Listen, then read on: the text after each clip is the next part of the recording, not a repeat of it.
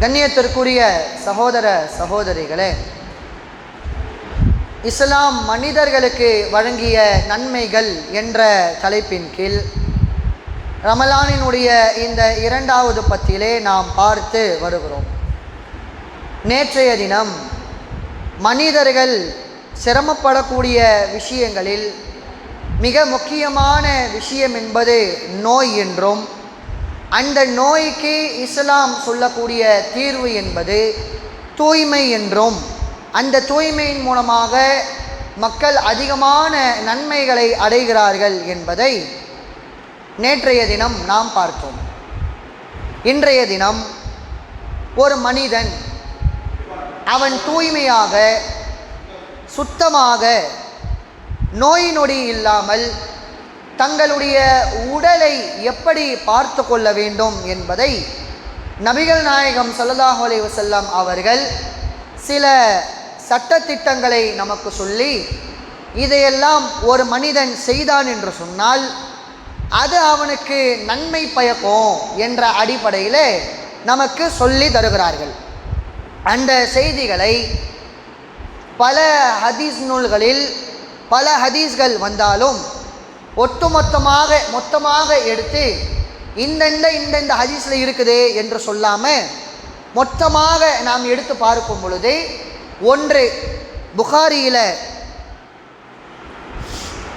6297வது செய்தியாகவும், இன்னொரு செய்தி முஸ்லிமில் 2261வது செய்தியாகவும் இருக்கிறது. 2261 இல்லை, 261ஆம் செய்தியாக இருக்கிறது. இந்த இரண்டு செய்திகளிலேயுமே நபிகள் நாயகம் ஸல்லல்லாஹு அலைஹி வஸல்லம் அவர்கள் பல சட்டத்திட்டங்களை ஒரு உடலிலே எப்படி இருக்க வேண்டும் என்பதை நமக்கு அறிவுறுத்தி சொல்லியிருக்கிறார்கள். இதில் மொத்தம் எத்தனை விஷயங்கள் இருக்கிறது என்பதை நாம் லைனாக சொல்லுவோம். அதில் முதல் விஷயம் இது, ரெண்டாவது விஷயம் இது, மூன்றாவது விஷயம் இது என்று கூட நாம் சொல்லுவோம்.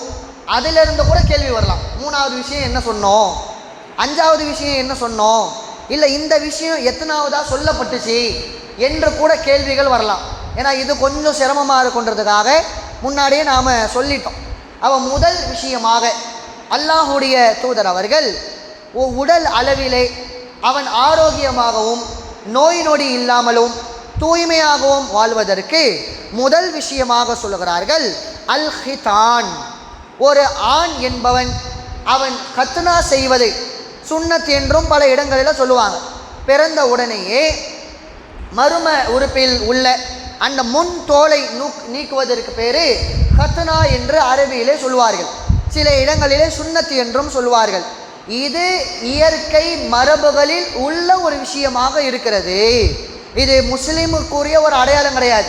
இன்றைக்கு அதிகமான மக்கள் என்ன நினைத்து கொண்டிருக்கிறோம்னா, இந்த கத்னா செய்வது என்பதே, இந்த சுன்னத்து விடுறது என்பதே முஸ்லீமுக்கு அடையாளம், இதை செஞ்சாதான் அவன் முஸ்லிம் மக்களுக்கான ஒரு விஷயமாக இது இருக்கிறது என்று தவறாக விலகி கொண்டிருக்கிறோம். ஆனால் அல்லாஹுடைய தூதர் அவர்கள் சொல்றார்கள், உடம்பில் இயற்கையாக சில விஷயங்களை ஒரு மனிதன் செய்யணும். அதில் ஒரு விஷயமாக இந்த சுன்னத்து இருக்கிறது, இந்த கத்னா இருக்கிறது என்பதை நபிகள் நாயகம் ஸல்லல்லாஹு அலைஹி வஸல்லம் அவர்கள் நமக்கு சொல்லி தந்திருக்கிறார்கள்.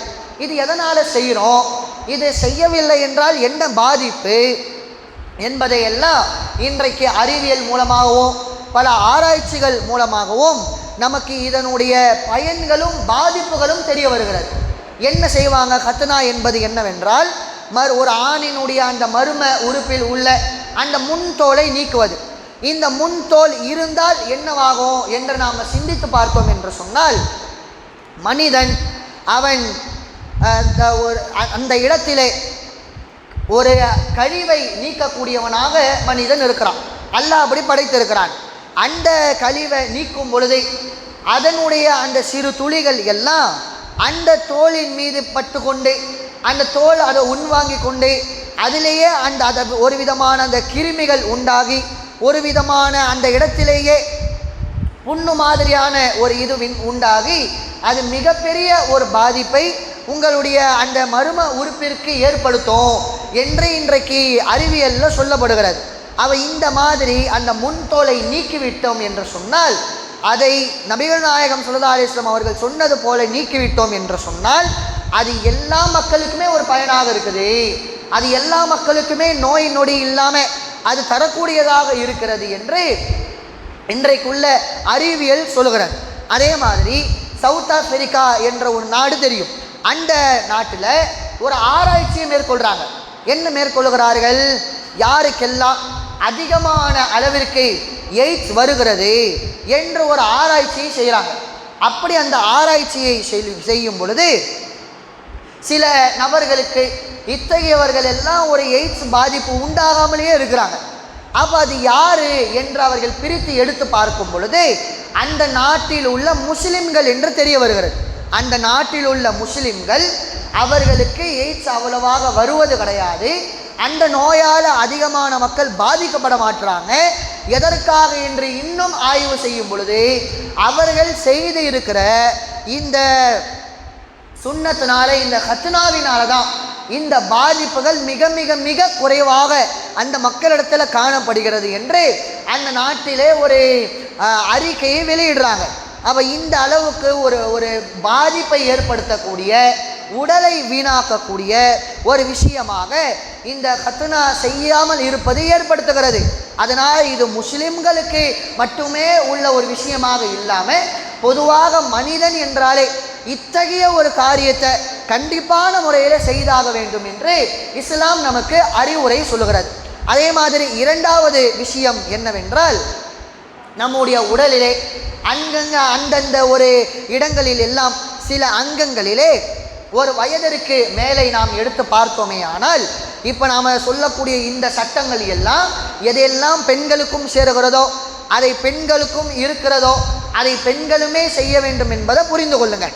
அப்போ அல்லாஹ் ரப்பல் ஆலமீன் உடல் அமைப்பை எப்படி படைத்திருக்கிறான் என்று சொன்னால், அந்த உடலிலே சில அங்கங்களிலே ஒரு வயதிற்கு மேலாக முடிகள் வளரும். இந்த முடிகள் வளர்ல அந்த இடத்துல அல்லாஹுடைய தூதர் அவர்கள் ஹதீஸின் மூலமாக நமக்கு சொல்லி கொடுக்குறாங்க. அந்த அக்குள் முடிகளையும், மூன்றாவது விஷயமாக மர்ம உறுப்புல முடிகள் இருக்குமே, ரெண்டாவது விஷயம் அக்குள்ள முடி இருப்பது, மூன்றாவது விஷயம் மர்ம உறுப்புல முடிகள் இருப்பது. இதை ஒரு மனிதன் அவன் கண்டிப்பான முறையிலே அவன் அதை மடித்திடணும், அதை அவன் எடுத்து விட வேண்டும் என்று அல்லாஹுடைய தூதர் அவர்கள் நமக்கு அறிவுரை சொல்கிறாங்க. இது அப்படியே இருந்தது என்றால் என்னவாகும் சிந்திச்சு பார்க்கும். எந்தெந்த இடத்திலெல்லாம் நமக்கு முடிகள் அதிகமாக வளருகிறதோ அந்தந்த இடத்திலெல்லாம் நமக்கு வியர்வைகள் அதிகமாக வரும். நமக்கே தெரியும், மனிதர்களாகிய நமக்கே எந்தெந்த இடத்திலெல்லாம் முடிகள் வருதோ அந்த இடத்திலெல்லாம் நமக்கு வேர்வைகள் அதிகமாக சுரக்கும். அப்படி அந்த வேர்வைகளின் மூலமாக அந்த வேர்வைகள் ஏற்பட்டு அந்த முடிகளோடு சேர்ந்து அந்த இடத்திலே கூட அதிகமான அந்த நோய்கள் உருவாகிறதுக்கான வாய்ப்புகள் அதிகமாக இருக்குது.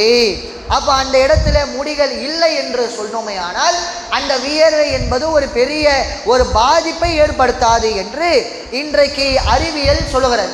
அப்போ அது அதிகமான மருத்துவர்களுமே இதை ஒரு அறிவுரையாக சொல்கிறாங்க. அப்போ அல்லாஹுடைய தூதர் அவர்கள் இந்த அடிப்படையில் ஒரு மனிதன் நோய் நொடி இல்லாமல் வாழ வேண்டும் என்று சொன்னால் இத்தகைய இயற்கை மரபுகளை அவன் கண்டிப்பான முறையிலே செய்தாக வேண்டும் என்பதை அல்லாஹுடைய தூதர் அவர்கள் நமக்கு சொல்லி தருகிறார்கள். அதே மாதிரி நான்காவது விஷயமாக, ஆண்களுக்கு ஒரு வயதிற்கு மேலாக மீசை வளரும். இந்த மீசை வளர்வதில் கூட அல்லாஹுடைய தூதர் அவர்கள் நமக்கு சொல்லி தருகிறார்கள், மீசையை கத்திரிங்க. சில நபர்களுக்கு தான் பார்க்குறோம், அந்த மீசை வந்து முன்னாடி மேல் இருக்கிற அந்த உதட்டையே மறைச்சிடும். அதனால் என்ன ஏற்படுது, அந்த மீசையினால் அதில் படியக்கூடிய அந்த தூசிகளால் நாம் உட்கொள்ளக்கூடிய அந்த உணவுகள் எல்லாம் அந்த மீசையோடு சேர்த்து நாம் அப்படியே உணவு உண்ற காரணத்தினால அதிகமான அந்த கிருமிகள் உள்ளே போய் இதுவுமே ஒரு நோய்க்கு ஒரு விஷயமாக இருக்கிறது. அதனால்தான் அல்லாஹுடைய தூதர் அவர்கள் சொன்னார்கள், நான்காவது விஷயமாக மீசையை கத்திரிங்க, மீசையை நீங்கள் ஒட்ட நெருக்குங்கள் என்று அல்லாஹுடைய தூதர் அவர்கள் சொல்கிறார்கள். அதே போன்ற ஐந்தாவது விஷயமாக மீசையை எப்படி நீங்கள் கத்தரித்து விடுகிறீர்களோ அதே மாதிரி தாடியை வளர விடுங்கள் என்று அல்லாஹ்வுடைய தூதர் சொன்னாங்க. நபிகள் நாயகம் ஸல்லல்லாஹு அலைஹி வஸல்லம் அவர்கள் சொல்லும் பொழுது யூதர்களுக்கு நீங்கள் மாற்றம் செய்யுங்க. என்னதான் யூதர்களுக்கு கிறிஸ்துவர்களுக்கு மாற்றமாக இது இருந்தாலுமே இயற்கை மரபான ஒரு விஷயமாக இருக்கிறது. விலங்கினங்களை எல்லாம் எடுத்து பாருங்க. விலங்கினங்கள் எல்லாமே ஆண் இனம்னு இருக்கும்ல, எல்லா விலங்குலையுமே ஆணினம் பெண்ணினம் இருக்கும். அந்த ஆணினம் எதை நீங்கள் எடுத்து பார்த்தாலுமே அதற்கென்று ஒரு கம்பீரம் இருக்கும், அதற்கென்று தன்மை ஒன்று இருக்கும்.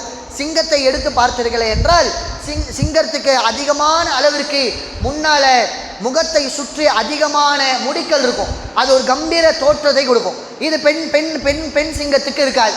அதே மாதிரி ஆண் மயிலை எடுத்து பாருங்க, அதற்கு தான் அதிகமான ரெக்கைகள் இருக்கும்.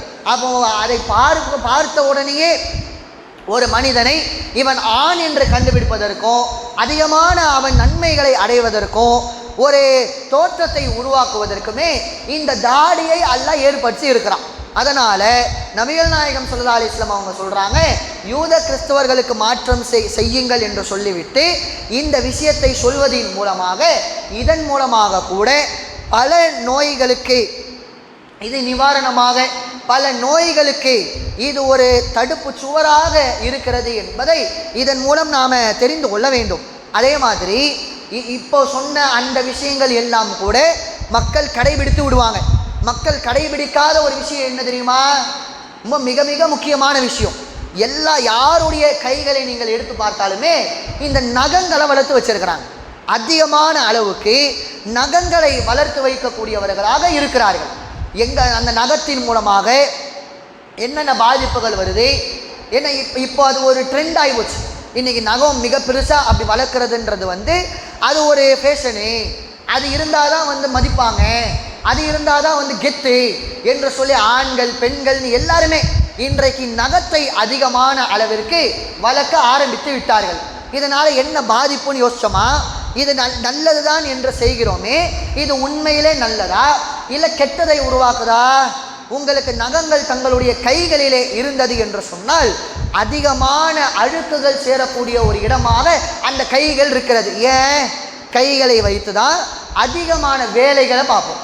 ஒரு விஷயத்தை தூக்குவதாக இருந்தாலும் சரி, சமைப்பதாக இருந்தாலும் சரி, ஆண்கள் அதிகமாக வேலை செய்பவர்களாக இருந்தாலும் சரி, அதிகமாக கைகளிலே வேலை செய்வதின் மூலமாக பல இடங்களுக்கு செல்வதின் மூலமாக அந்த கைகளிலே அழுக்கு சேர்வது என்பது நகம் இருந்தால் அதிகமான அழுக்குகள் சேரும்.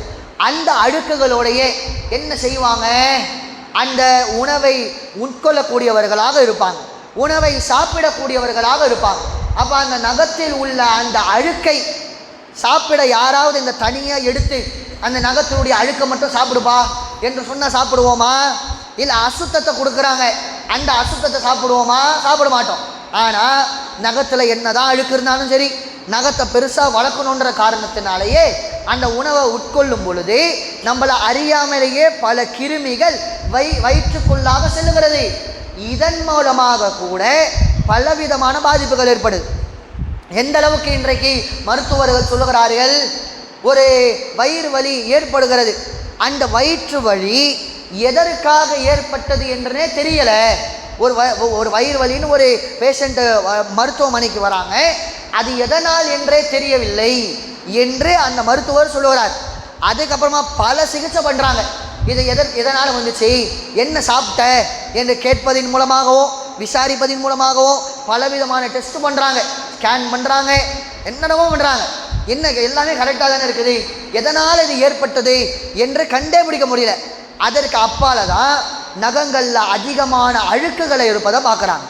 அந்த நகங்களில் உள்ள அந்த அதிகமான அழுக்கு இருப்பதன் காரணத்தினால இந்த பாதிப்பு ஏற்பட்டிருக்கலாம். அதன் மூலமாக தான் ஏற்பட்டுச்சான்னு கூட அவங்களால சொல்ல முடியலை. ஆனால் அந்த அழுக்குகள் உள்ளே போனால் இந்த மாதிரி நிலைமை ஏற்படுமா இல்லையான்னு சிந்திச்சு பார்க்கணும்.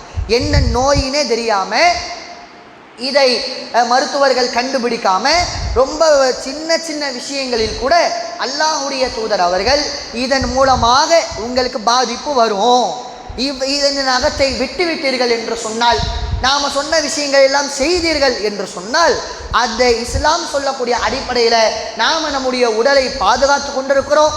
அதன் மூலமாக இஸ்லாம் நமக்கு அதிகமான நன்மைகளை வழங்குகிறது என்பதை நாம் புரிந்து கொள்ள வேண்டும். அடுத்ததாக 7வது விஷயமாக பல் துலக்குவது. அல்லாஹுடைய தூதர் அவர்கள் ரொம்ப கடுமையான அளவிற்கு இந்த விஷயத்தை பார்த்துருக்காங்க, பல் துலக்குதல். இன்றைக்கு மருத்துவர்களுடைய அறிவுரை என்னவாக இருக்கும் அப்படின்னா, 2 வேளை பல்லு தேய்ங்க. ஆனால் அதிகமான மக்கள் நம்மளில் என்ன செய்கிறோன்னா, காலையில் ஒரு வேளை பல் துலக்குகிறோம். ஆனால் மருத்துவர்களுடைய அறிவுரை என்னவாக இருக்குது, காலையில் ஒரு முறை விளக்குங்க, அதே மாதிரி இரவிலேயும் ஒரு வாட்டி பல் துலக்கி விட்டு உறங்குங்கள் என்று மருத்துவர்கள் சொல்கிறாங்க. ஆனால் அல்லாஹுடைய தூதர் இதற்கு அப்பாலும் போய் எந்த அளவிற்கு இது முக்கியத்துவமானது, இதனால் எந்த அளவுக்கு பாதிப்பை ஏற்படுத்துகிறது என்பதையெல்லாம் அல்லாஹுடைய தூதர் அவர்கள் புரிந்து நமக்கு ஒரு அறிவுரை சொல்கிறார்கள். இந்த செய்தி முஸ்லிமில் 252வது செய்தியாக இருக்கிறது. அல்லாஹுடைய தூதர் அவர்கள் சொல்லுகிறார்கள், லவுலா அன் அஷக்கு அலல் முஃமினீன், முஃமின்களுக்கு சிரமமாக இருப்பதனால தான் இதை நான் விட்டு வைத்திருக்கிறேன். அதை அவர்களுக்கு சிரமமாக இல்லை என்று சொன்னால் இந்த ஒரு விஷயத்தை நான் அமர்த்துக்கும் பிஸ்வாக்கி இந்த கொல்லி சலாத்தின், ஒவ்வொரு தொழுகைகளிலுமே பல் விளக்குவதற்கு நான் கட்டளையிட்டிருப்பேன். இது முஃமின்களுக்கு கஷ்டமாயிடும்ன்ற காரணத்தினால அதை நான் கட்டாயப்படுத்தலை என்று அல்லாஹுடைய தூதர் அவர்கள் சொல்கிறார்கள். அப்போ ஒவ்வொரு தொழுகையிலையுமே பல் விளக்குங்க என்று அல்லாஹுடைய தூதர் அவர்கள் எப்படி ஒழு செய்கிறோமோ அந்த ஒழுவுல ஒரு அங்கமாக இந்த பல் விளக்குதலையும் சேர்த்திருப்பார்கள். ஆனால் அல்லாஹுடைய தூதர் அவர்கள் நமக்கு சிரமம் பார்த்து அதை நமக்கு கடமையாக்கல, ஒழுவுல ஒரு அங்கமாக ஆக்கவில்லை என்பதை நபி ஸல்லல்லாஹு அலைஹி வஸல்லம் அவர்கள் நமக்கு சொல்லி தருகிறார்கள். அதே மாதிரி ஒரு சஹாபி அல்லாஹுடைய தூதரிடத்துல அல்லாஹுடைய தூதர் அவர்களை பற்றி ஆயிஷா ரலியல்லாஹு அன்ஹா அவர்களிடத்தில் ஒரு கேள்வி கேட்குறாங்க. என்ன கேள்வி? அல்லாஹுடைய தூதர் அவர்கள் வீட்டிற்கு வரும்பொழுதெல்லாம் அவங்க வீட்டிற்கு நுழைந்த உடனேயே செய்யக்கூடிய முதல் வேலை என்ன அப்படின்னு ஆயிஷா அவங்க கிட்ட கேட்குறாங்க. அல்லாஹுடைய தூதர் அவங்க வீட்டுக்கு வந்த உடனேயே அவங்க செய்யக்கூடிய வேலை என்ன என்று கேட்கும் பொழுது ஆயிஷா ரலியல்லாஹு அன்ஹா அவர்கள் சொல்லுகிறார்கள், பிஸ்ஸிவாக். அவர்கள் வீட்டில் எப்பொழுதெல்லாம் நுழைகிறாங்களோ, வெளியே போயிட்டு எப்பொழுதெல்லாம் வீட்டிற்கு வருகிறார்களோ அந்த நேரத்தில் எல்லா நேரத்திலையுமே பல் விளக்கக்கூடியவர்களாக இருந்திருக்கிறாங்க. அப்போ ஒரு மனுஷன் எத்தனை நேரத்தில் வீட்டில் போவோம்னு சிந்திச்சு பாருங்க. நம்மள அதிகமான நபர்கள் எத்தனை முறை வீட்டுக்கு போவோம். அதே மாதிரி அல்லாஹுடைய தூதர் அவர்களுமே எத்தனை முறை வீட்டிற்கு போனாலும் சரி, அவர்களுடைய முதல் வேலையாக வீட்டிற்கு போன உடனேயே பல் துலக்குதல் இருந்தது என்று ஆயிஷா ரலியல்லாஹு அன்ஹா அவர்கள் அறிவிக்கிறார்கள். இந்த செய்தி முஸ்லிமில் 253வது செய்தியாக இருக்கிறது. அல்லாஹுடைய தூதர் அவர்கள் இன்னும் அவர்களை பற்றி ஹதீஸ்களில் நாம் பார்க்கும் பொழுது அல்லாஹுடைய தூதர் இதா காம மினல் லைலி, அவர்கள் இரவு நேரத்தில் தொழுகைக்காக எந்திப்பாங்க.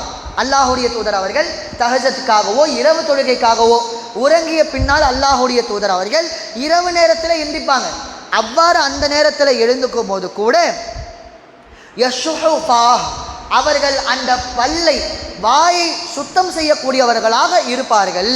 அப்போ அல்லாஹுடைய தூதர் அவர்கள் இன்றைக்கு உள்ள அந்த மருத்துவர்கள் கூட 2 முறை வளைக்கிக்கோங்க, அது சிறந்ததுன்றாங்க. ஆனால் அதற்கும் மேலாக அல்லாஹுடைய தூதர் அவர்கள் சென்று எப்பொழுதெல்லாம் நேரம் கிடைக்குதோ, எப்பொழுதெல்லாம் உங்களுக்கு அப்படியான நேரம் கிடைக்குதோ அந்த நேரமெல்லாம் நீங்கள் பல் துலக்குவதில் நீங்கள் காட்டுங்க. ஏனென்றால் நாம் உட்கொள்ளக்கூடிய அந்த உணவு என்பது முதலாக அடையக்கூடியது நம்முடைய வாயைத்தான். அந்த வாயில் இருக்கக்கூடிய அந்த பல்லினால தான் நாம் உணவை சுவைக்கக்கூடியவர்களாக, அதை அரைத்து உள்ளத்தள்ளக்கூடியவர்களாக அந்த வேலையை முதலாக பார்க்கக்கூடியது பல்லு தான். அப்போ அந்த பல்லிலே அது சுத்தமாக இருந்தால்தான் மற்ற உறுப்புகள் அனைத்துமே நல்லபடியாக செயல்படும். இதனால் ஏற்படக்கூடிய அந்த பாதிப்புகள் மிக மிக அதிகம் என்பதை அல்லாஹுடைய தூதர் உணர்ந்த காரணத்தினால தான் இந்த அளவுக்கு நமக்கு ஆர்வம் ஊட்டுகிறார்கள். பல் துலக்குதல் என்பதுமே ஒரு மனிதனுடைய இயற்கை மரபுல இருக்கக்கூடிய ஒரு விஷயமாக இருக்கிறது என்பதை அல்லாஹுடைய தூதர் அவர்கள் சொல்லுகிறார்கள். இந்த பல் விளக்குதலில் இன்னும் கூடுதலாக நசையில 5வது செய்தியை நாம் பார்க்கலாம். என்ன அதில் வருது? அஸ்ஸிவாக்கு முத்தஹரத்துன் லிஃபம்மி, இந்த பல் விளக்குதல் என்பது வாயை சுத்தப்படுத்தக்கூடியது. 2 விஷயம் சொல்கிறாங்க, 2 பயன் இருக்கு, 2 விஷயங்கள். ஒன்று, பல்லு விளக்குவதினால் அது வாயை சுத்தப்படுத்துகிறது, வாயை தூய்மைப்படுத்துகிறது என்று சொல்லிவிட்டு, மரலாத்துல் ரப்பி, இன்னும் இறைவனுக்கும் இது பிடித்தமான ஒரு விஷயமாக இருக்குது. இறைவன் பொருந்தி கொள்ளப்பட்ட விஷயங்களில் ஒன்றாக இந்த பல் துலக்குதல் இருக்கிறது என்ற இந்த செய்தி நசையில 5வது செய்தியாக இருக்கிறது. அல்லாஹ்வுடைய தூதர் அவர்கள் சொல்லுகிறார்கள். அப்ப இந்த ஹதீஸிடம் என்ன விளங்குது? இது நமக்குரிய ஒரு சுத்தமாக மட்டும் இல்லாம அல்லாஹ்வுக்கு பிடித்தமான விஷயம். ஒரு மனிதன் பல்லு விளக்குவதை ஒரு இறைவனுக்கு பிடிக்குது பாருங்க. ஒரு மனிதன் ஆரோக்கியமாக இருப்பது தன்னுடைய இறைவனுக்கு பிடிக்கிறது. இப்படியாக இந்த மார்க்கம் நமக்கு ஆர்வம் ஊட்டி நோய் நொடி இல்லாமல் வாழ செய்வதற்கான எல்லா வழிகளையுமே நமக்கு சொல்லி தருகிறது. இன்னும் முக்கியமாக 9வது விஷயமாக, இதுவரைக்கும் எந்த மார்க்கமுமே சொல்லாத ஒரு விஷயத்தை அல்லாஹ்வுடைய தூதர் அவர்கள் நமக்கு சொல்லி தருகிறார்கள். மற்றவர்கள் என்ன சொல்லுவாங்க? தூய்மையாக இருப்பா, குளிச்சிரு, அப்பப்போ மூஞ்ச கழுவி, வீட்டிலேருந்து வெளியே போயிட்டு வந்தோடனே மூஞ்ச கழுவக்கூடியவங்களாம் நீங்கள் இருங்க என்று சொல்லும் பொழுது, இத்தகைய இந்த விஷயத்தில் மற்றவர்கள் எல்லாம் இந்த ஆடையை ஒழுங்காக போட்டுக்கோங்க, ஆடையை ஒழுக்கமான ஒரு நிலையில் நீங்கள் அணிந்து கொள்ளுங்கள் என்ற அறிவுரைகள் தான் வரும். ஆனால் அல்லாஹ்வுடைய தூதர் அவர்கள் உடம்பில் உள்ள சுருக்கங்களையும் தேய்த்து கழுவுங்கள்ன்றாங்க. உடம்பில் உள்ள சுருக்கங்கள்னால் என்னது? நம்முடைய விரலினுடைய நடுவில் எல்லாம் பார்த்துருப்பீங்க, எந்தெந்த இடத்துல எல்லாம் எலும்புகள் ஜாயிண்ட் ஆகுதோ அந்த இடத்துல எல்லாம் பார்த்தீங்கன்னா சுருக்கமாக இருக்கும். அந்த சுருக்கம் இருந்தால் தான் நம்மளால் மடக்கவே முடியும். அல்லாஹ் அப்படி தான் நம்மளை படைச்சிருக்கிறான். அப்போ அந்த சுருக்கம் இருக்கின்ற அந்த இடத்துல கூட அதிகமான கிருமிகள் செய்கிற வாய்ப்பு இருக்குது. அப்போ அந்த விரல்களுடைய அந்த மடக்கிறதுல அந்த இடத்துல சுருக்கங்கள் இருக்கும். அதே மாதிரி கைகளை மடக்கிறோமே, இந்த இடத்துல நீங்கள் பார்த்தீங்கன்னா இந்த இடத்துல சுருக்கம் இருக்கும். கால்களில் முட்டுக்களில் நீங்கள் எடுத்து பார்த்தீங்கன்னா சுருக்கங்கள் இருக்கும். அப்போ இந்த சுருக்கங்களை கூட தேய்த்து கழுவுங்க. இந்த சுருக்கங்களில் கூட பல தீமைகள் இருக்கலாம், பல நோய்கள் இதன் மூலமாக கூட பல அழுக்குகள் அதில் இருக்கும் என்று சொல்லி அல்லாஹ்வுடைய தூதர் அவர்கள் அந்த சுருக்கத்தையுமே கழுவுங்கள் என்று நபிகள் நாயகம் ஸல்லல்லாஹு அலைஹி வஸல்லம் அவர்கள் நமக்கு அறிவுரை செய்கிறாங்க. இந்த மாதிரியான அறிவுரைகள் எல்லாம் சின்ன சின்ன விஷயமாக இருந்தாலும் கூட அதையும் செய்ய வேண்டும் என்று எந்த மார்க்கத்தில் சொல்லப்பட்டிருக்கோம்? இதுதான் இஸ்லாம் நமக்கு வழங்கிய பெரிய ஒரு நன்மை. தூய்மை தூய்மை தூய்மை என்று பல பேர் பேசுவாங்க. ஆனால் எப்படி தூய்மை, எந்த அடிப்படையில் தூய்மையாக இருக்கணும் என்பதையெல்லாம் சொல்ல மாட்டாங்க. அந்த அளவிற்கு நமக்கு சொல்லி இஸ்லாம் நம்மை அதிக அளவிற்கு நல்லபடியாக இந்த உலகத்திலே வாழ வைக்கிறது. அதே மாதிரி 8வது விஷயத்தை நாம் எடுத்து பார்த்தால் மூக்கை சுத்தம் செய்தல். இந்த மூக்கை சுத்தம் செய்கிறது மிக மிக அவசியம். மூக்கினுடைய உட்பகுதியில் அதிகமான அளவிற்கு அவ்வப்பொழுது நாம் விடக்கூடிய மூச்சின் காரணமாகவோ நம்ம அந்த சேரக்கூடிய அந்த உள்ளே இருக்கக்கூடிய காற்றின் காரணமாகவோ அதிகமான அழுக்குகள் மூக்கிலே சேரும். அதனால தான் அல்லாஹ்வுடைய தூதர் அவர்கள் ஒவ்வொரு ஒழு செய்யும் பொழுதும் அந்த வாய் கொப்பளிப்பதையும் மூக்கையும் சுத்தம் செய்வதை அல்லாஹ்வுடைய தூதர் கடமையாக்கினார். அந்த மூக்கு கூட என்ன செய்யணும்? சில நேரத்தில் நாம் அதிகமான முறையில் சுத்தம் செய்யக்கூடியவர்களாக இருக்க வேண்டும். இதுவும் இயற்கை மரபிலே ஒரு மனிதன் கடைபிடிக்க வேண்டிய விஷயத்தில் ஒன்றாக இருக்கிறது என்று அல்லாஹ்வுடைய தூதர் அவர்கள் சொல்கிறார்கள். அதற்கடுத்து 9வது விஷயமாக அல்லாஹ்வுடைய தூதர் அவர்கள் சொல்லுகிறார்கள், மர்ம உறுப்பை சுத்தம் செய்தல். மறைவான இடத்துல இருக்கிற அந்த உறுப்பை சுத்தம் செய்வது என்பது ஒவ்வொரு முஸ்லிமும் ஒவ்வொரு மனிதர்களும் செய்யணும். இன்றைக்கு நம்முடைய பிள்ளைகளுக்கு சொல்லித்தரப்படாத ஒரு அறிவுரையாக இருக்கிறது. மலம் கழித்தாலும் சரி, மலத்தையும் ஜலத்தையும் நாம் போகும் பொழுது அந்த நேரத்தில் நாம் நம்முடைய எப்பொழுதெல்லாம் நாம் இயற்கை தேவையை முடிக்கின்றோமோ அப்பொழுதெல்லாம் அல்லாஹ்வுடைய தூதர் அவர்கள், நீங்கள் உங்களுடைய மர்ம உறுப்பை சுத்தம் செய்யுங்கள். மர்ம உறுப்பை சுத்தம் செய்வது என்பது ஒரு மனிதனுக்கு நோய் நொடி இல்லாமல் அவனை பாதுகாக்கும் என்று அல்லாஹ்வுடைய தூதர் அவர்கள் எப்பொழுதுமே அவர்கள் இயற்கை தேவைக்காக வெளியே சென்றார்கள் என்று சொன்னால் தண்ணீரை எடுத்துட்டு போகாமல் இருக்க மாட்டாங்க.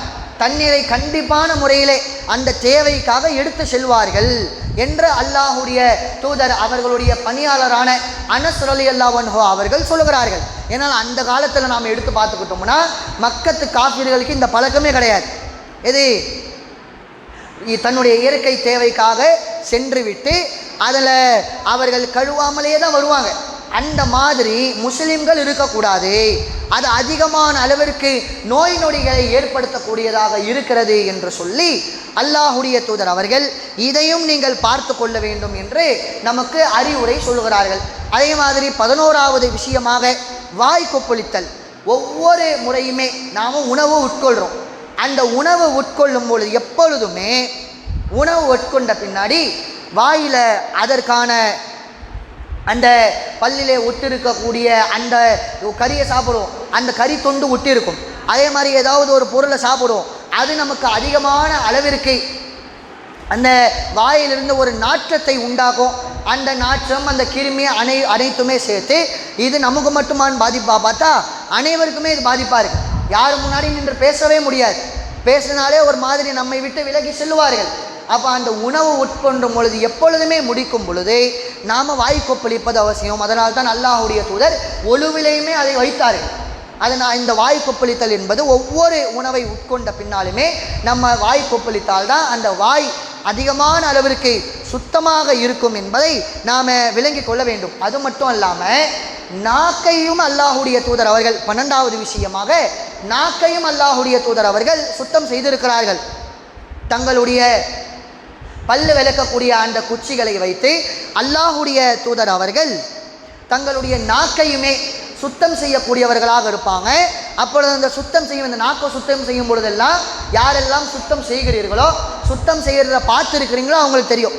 அது அப்படியே ஒரு மாதிரி குமட்டுற மாதிரி ஒரு வாந்தி வரா மாதிரி வரும். நாக்கை முழுவதுமாக நாம் சுத்தம் செய்யும் பொழுது அந்த இடத்துல ஒரு விதமான சவுண்டும் அதே மாதிரி ஒரு விதமான குமட்டலும் இருக்கும். அப்போ அந்த மாதிரி அல்லாஹுடைய தூதர் அவர்கள் செய்திருந்ததை நான் பார்த்திருக்கிறேன் என்று அனஸ் ரலியல்லாஹு அன்ஹு அவர்கள் அறிவிக்கின்ற அந்த ஹதீஸு புகாரியில் 244வது இருக்கிறது.